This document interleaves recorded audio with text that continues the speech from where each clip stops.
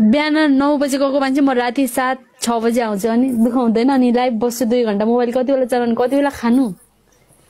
कहाँ आज त घरै हुन्छु आज त घरै थिए हजुर काम भयो दिनभरि कपडा लगाउने बस्ने हो कति सजिलै भनेको आमा जाडो कस्तो छ उ आमा त्यत्रो न्यानो ज्याकेट लगाएर बस्दा यही गरे हेर त यो त मेरो फेभरेट ज्याकेट हो नि तर कस्तो सुहाउने 5-6 वटै किन्न पर्ने नि यही कलरको ज्याकेट है यो ज्याकेटमा त खतरनाक यही छ हजुर यो जाडो महिना यहीमै कटाउँछु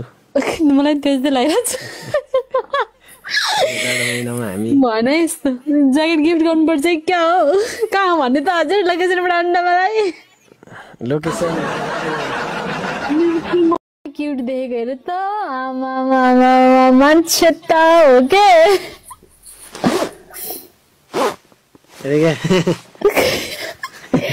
कस्तो आज नुहाएर आएछ त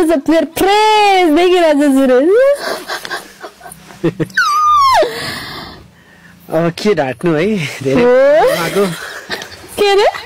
धेरै भयो नुहाएको के ढाट्नु देखा आजै नुहाएर आएको त्यही भएर फ्रेस देखिरहेछ थ्याङ्क यू जस